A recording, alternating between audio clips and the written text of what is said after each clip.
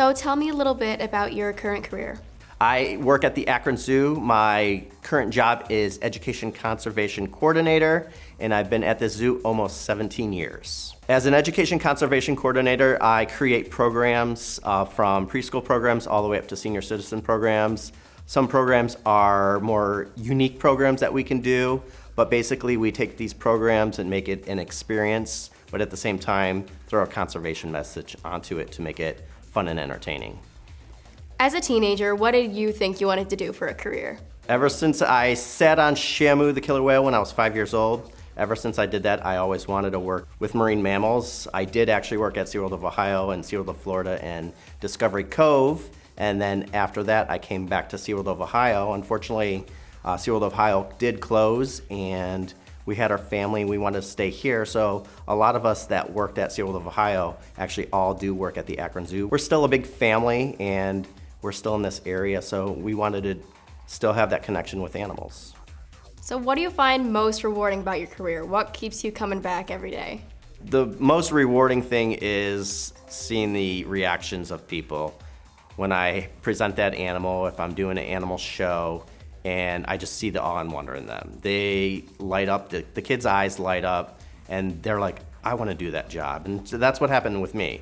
I remember watching the animal shows, and I'm like, I'm gonna do that. And I did my hard work, I did my research, and I got into that. And hopefully I can actually have a small kid or even an adult like having that wonder and saying, how do you do that with those animals? And because of that, it deals with conservation as well. The best thing I love is when I have people that come to the zoos and aquariums, they're like, I do not like zoos and aquariums. And I'm like, why? They're like, you guys exploit the animals. They're not taken care of well at all. And then all of a sudden, we take them out, we do a program with them, we'll do an in-depth experience with these people that don't like these types of places, and then all of a sudden, by the end of the program or by the end of that experience, they have a completely different mindset of zoos and aquariums. They're like, I never knew what you guys do. Why don't you guys tell that? And I'm like, unfortunately, with social media, that's what happens. They just basically rely on that negative influence. It's hard to tell the good stories because